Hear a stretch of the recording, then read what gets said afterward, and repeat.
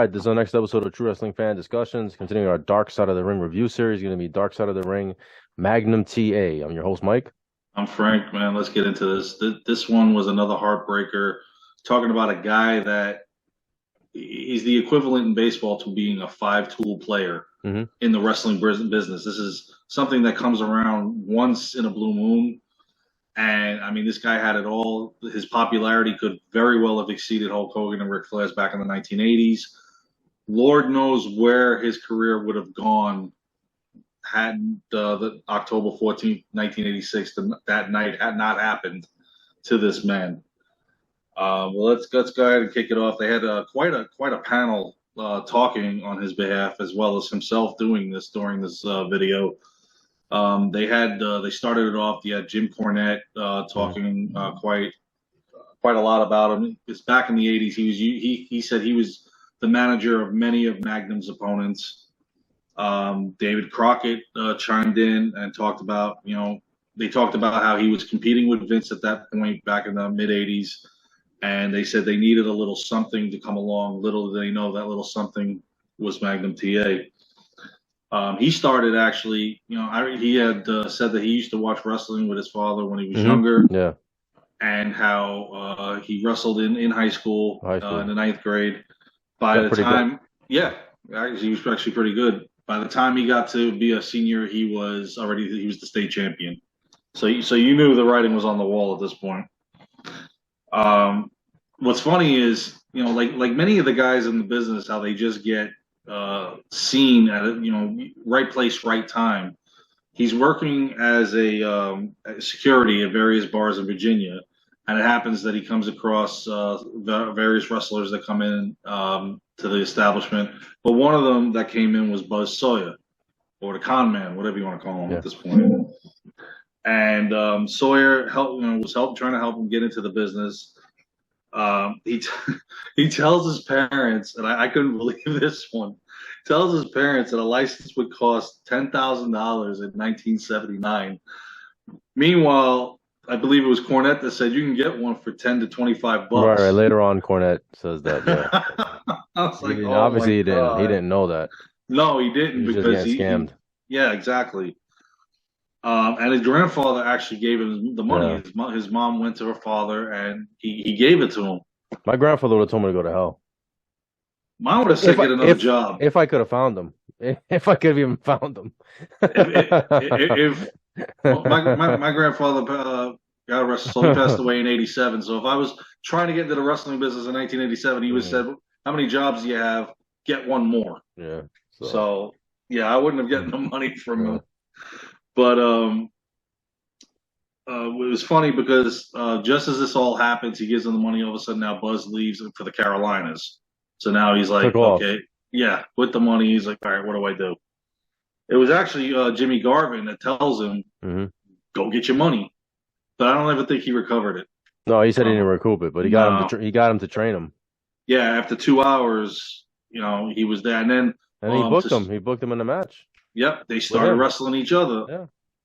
I'm surprised Magnum didn't kill the guy, but he got what he wanted out of him. Yeah, not for $10,000 though, unfortunately. Well, I mean, sometimes they say things happen for a reason, right? Because maybe he never even gets that break if he doesn't get ripped off like that and then tracks him down, right? This is true, because who else would have walked into that bar and saw this guy and said, "Hey, you got a certain look." Then he had no experience to get into a match and everything. So exactly. So I mean, it's good. I guess it's good that he got screwed. So they also had, Jake Roberts was on here. He was a friend and knew Magnum T.A. Eddie Graham, Jake. Eddie Graham actually, he got him signed in Florida. He got him his first break there, and the booker was in fact Dusty Rhodes. So there, right there, you've got something golden, because Dusty, if anybody knows the business, Dusty did. And he actually said he saw, and I quote, the next movie star in Magnum in this one, and so he pushed him. He was wrestling as Terry Allen, and Bill Apter, who's a famous, he had the shows, photographer. The man's done everything in the business for over 50 plus years. He actually, he said Magnum looked like Tom Selleck, and this is where it became that he not ripped off, but he used for Magnum T.A. Now it's Wasn't it Magnum Andre? T.A. But then they mentioned Andre the Giant was the one that. Yeah, yeah. Andre had told him, you use the name, go ahead and do the gimmick, Yeah, and they used the TA, his initials TA. They had the Magnum and they added his initials TA and it became Magnum TA. Yep, and the rest was history on that one. He went to Mid South now as the name Magnum TA. Um, one week they told him to wear suits. They couldn't figure out Right, the what's it? character. The look. Yeah, exactly. Yeah. One week it's suits. It's next week wear punk rock attire. He called up Dusty, and Dusty tells him, "Brother, buy a Harley." Mm-hmm. And so he buys the jacket, he buys the Harley. All of a sudden, bam, That's dude, you stuck, got the yeah. look. Yeah. You got the look. And even though he looked like a better looking Jake the Snake Roberts, in my opinion, that's how I saw him in the '80s when I would As watch. far as his build, yeah, his build, because Jake was very like lanky. He didn't Yeah, really have much. and Magnum was more a little more muscular. Yeah, right. Mm-hmm. So, and that changed the whole perception of him as far as who Magnum T.A. really was. Because he even said, as wrestling as Magnum T.A., he didn't know who he was. Yeah, I mean, once he got that look, man, he looked he looked like a star, man. They would That's it, all man. American, like he looked He, apart. He looked he, apart. he had it. And so now the best part is he receives the offer from Jim Crockett Mm-hmm. Promotions to come wrestle for them. He was told he would get a huge opportunity, and especially once they went on TBS, the territory blew up. They Yeah, they got how the the exposure. success that they had, Yeah, and NWA. now at this point they would went to his ex-wife Tamara Howell, who they were together from 1981 to 1988. She talked about having they talked about having a family, but he wanted to wait until he was world heavyweight Mm-hmm. champion before they did it. Um, which I mean I can understand if you're talking about as far as having the money and the security. Women went crazy for him wherever he went, whether it be at the show or wherever they found him. It was actually funny. They told a story about when he was in a boot store, how this lady just Oh, the girl saw passed him. out. Yeah. Yeah, it was amazing. It's just, oh my God. Now, the unfortunate part of this is, as he's believing his character, he's taking pictures with various women. His wife Tamara would unpack his suitcase after the trip, and she would find the photos of various women taking photos with him. So, I mean, Yeah, it's a little sloppy, man. exactly. Yeah. The best interview of the night I liked was this next one when they had Nikita Koloff, and I don't know about you, but he was one of my favorites in NWA, He was and believable. he really was playing the Yeah. Russian. I thought he was American Yeah, from Magnum. Minnesota. Yeah. Yeah, I loved it. But who, he did it perfect. Mm-hmm. And he said he thought Magnum feared him, all the way around and whatnot. They talked about, and I remember this series. They had one of the best 4 out of 7 series of matches in the history of wrestling, and I do remember seeing some of these matches in 1986. How Nikita was on the brink of beating him. Magnum came back, but unfortunately he lost the series Yeah. 4-3 to Nikita, and I believe it was for the title as well. He was for the U.S. title, right? Yeah, so Magnum had lost the U.S. title to Nikita. But in 1986, now you had Dusty and you had Ric Flair going for the world title, their feud. And then you had Magnum, who was feuding with Nikita. But the plans were for 1987 to 88 and on that Magnum would be the key guy for the world title. Regardless, obviously, it would probably be Ric Flair, but Magnum would be the one taking the title Mm-hmm. off of him. And so he had a meeting with Dusty and Jim Crockett, and that NWA had granted it and approved it that said he would be the next world champion. So I mean, in the short time that you're in the business, Yeah. and you've already established yourself, and now you're going to be the world champion, man, Yeah, that's something. it was a couple of years, and he's already that level. He's young. He's like 27, I think. Yeah. Around there. Mm-hmm. So now, right before the world title thing would happen, he had a they put him in a card with Jimmy Garvin. Mm-hmm.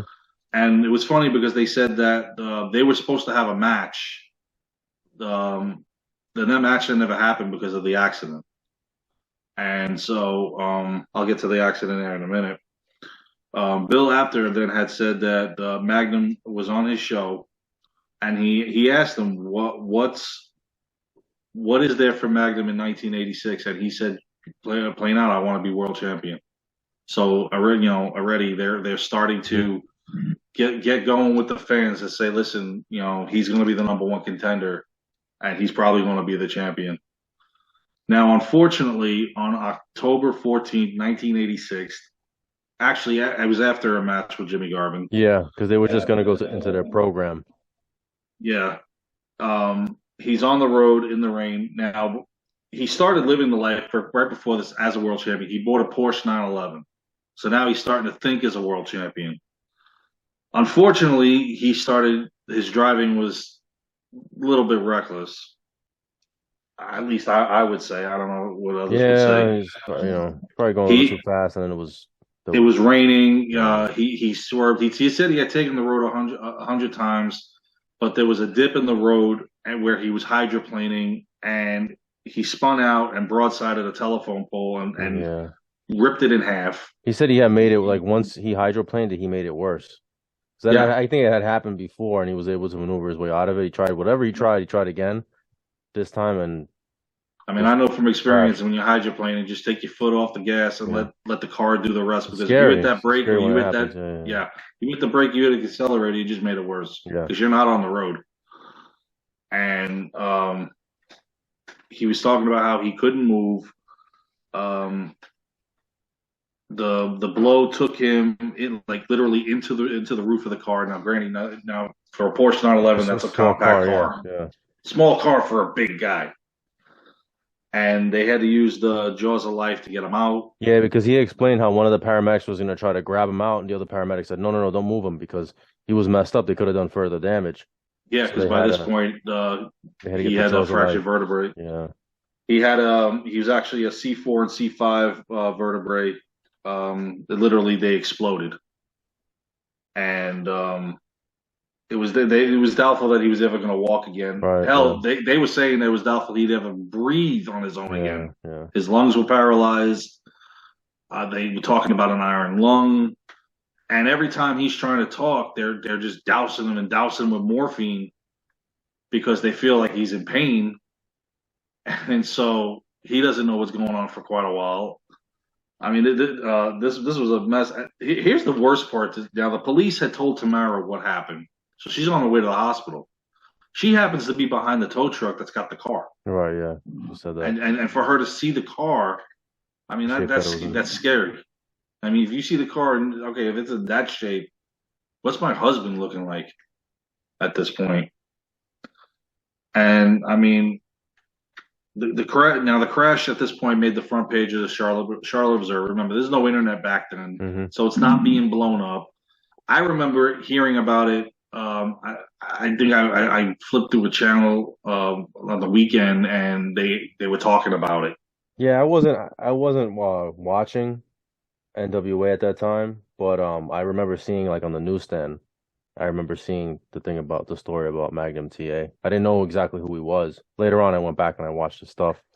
Yeah, but, I had seen, like I said, I saw one or two of the matches from that 4 out of 7, so I kind of had a gist of who he was, but I was, more WWE. But you look at these guys, like, it's just weird, like, especially as a child, you look at these guys as larger than life. They're superheroes. So nothing can hurt them. Nothing can hurt them. They're indestructible. And then you realize, like, they're human, Exactly. And this happens. And the hospital was receiving 8,000 to 10,000 phone calls a day. They had to shut the switchboard down. Yeah, they had flowers. They had candlelight vigils. Yeah. I mean, the fans came out in droves for this man. I mean, just the heartfelt admiration they had for him was just amazing. And the best part is, now, back then they said that they were trying to keep what's called wrestling kayfabe. Kayfabe. Kayfabe, whatever. they're trying to make you believe it's real, even though we know So it's yeah, not. so Well, basically I don't know about you, but when I'm 6 years old, I thought it was I real. thought it was real. Yeah, of course, at that age. So Yeah, basically, the bad guys can't be seen with the good guys. The exactly. bad guy wrestlers couldn't visit them. So Ric Flair had to be snuck into the Right. The hospital. cops helped them out. Yeah. Yeah, which was good because yeah, the Horsemen are trying to get in. I'm like, wait a minute, we can't go Yeah. see him because of all of this. I really like what Flair did in this instance when he went in there and he put the world title on Yeah. Magnum on the bed. I thought Mhm. that was an outstanding thing for him to do. Wrestlers actually had to, contributed to help Magnum because now remember he's not getting paid. This is not like now with the big huge contracts and whatnot. Back, he's Right. hurt. He's not No wrestling. He's not insurance. getting Yeah. paid. Yeah, no insurance. So like 25 to 30 guys are helping with the bills and Yeah. everything for And the Magnum. promoter was matching whatever the boys put in. The promoter was matching. And to make matters worse, Magnum is not. He's feeling horrible for not only his fans but for the guys that had all these plans in work for him. Right. Yeah. Rather than himself worrying about himself, he worried about Dusty and Jim Crockett and all those guys that were going to take a chance on him. And now he feels that he blew it. I mean, dude, at this point, just be thankful you're alive. Right. Yeah. I mean, anybody, you and I take that same hydroplane, we're probably done. Yeah. Pretty much. It's a miracle he I mean, survived. he was exactly, and so they now having to figure out what's next. What do we do to replace Magnum at this point? Moving on. So the only answer to this was because remember Sting is not around yet. So Sting's not doesn't show up until '87. So now you've got to figure out who is going to be filling Magnum's void, Right. That role. and they decided to make it Nikita. Yeah. Yeah. They turned him They babyface. they turned him babyface. And what worked with him was the cover of the magazine with the tear in his eye, and it's the quote was "I cry for Magnum T.A." and that's what pretty much won him over with the Hmm. fans. Dusty. Yeah. Dusty was the one And that and brought him in. uh, hmm and Bill he actually allowed Bill Apter to come to the hospital and interview him Hmm. because he trusted him. He built a rapport with him. He knew he wasn't going to screw him over, and so I thought that was good, and that's when they discussed, that's when the whole Nikita thing. Um, he also said, despite being confined to the bed, he would not give up. He didn't believe it was the end for him, but in reality, there was no more wrestling for Yeah. He can Magnum never TA at this wrestle point. again. Yeah. So the one cool thing I thought they did very well in April of '87.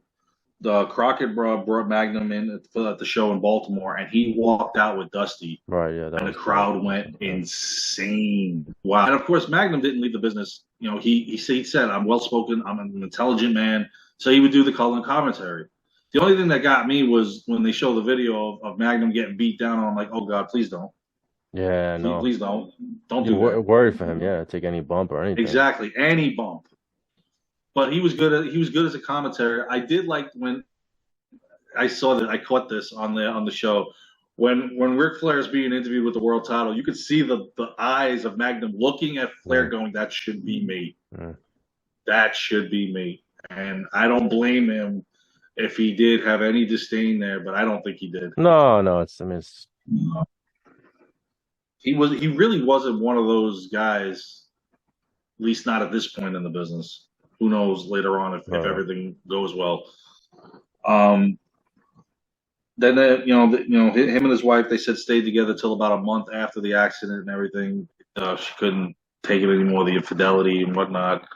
He gets married later on to Courtney Blanchard, and winds up having a family with her. And then they, of course, they top it off in 1988. Crockett sells, promotion to Ted Turner, and the Hmm. birth of WCW So, came in, which honestly, to me, if it would have staged it, that probably would have been better. But they were losing money hand over yeah. fist, so they Yeah. had to do it. But if you and I started thinking about this as I'm watching this.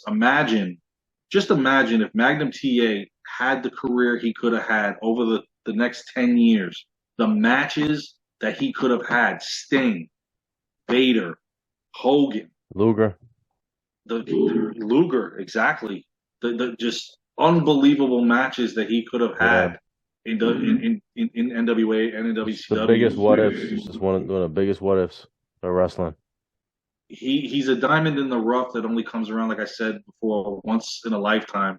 Luckily for WCW or NWA, they had another one coming up, which was Sting. Thing, yeah. Thankfully, but you don't see a guy like him come around too often, where it takes little to train and just becomes everything becomes natural to Yeah. him, and everything just clicks with him. And man, it's unfortunate that this happened, but thankfully he's still alive and able to tell the story. Right. But I mean, man, what a career this man could have had. Definitely. All right. Well, that's our episode. Please like, comment, share, subscribe. We'll see you guys soon.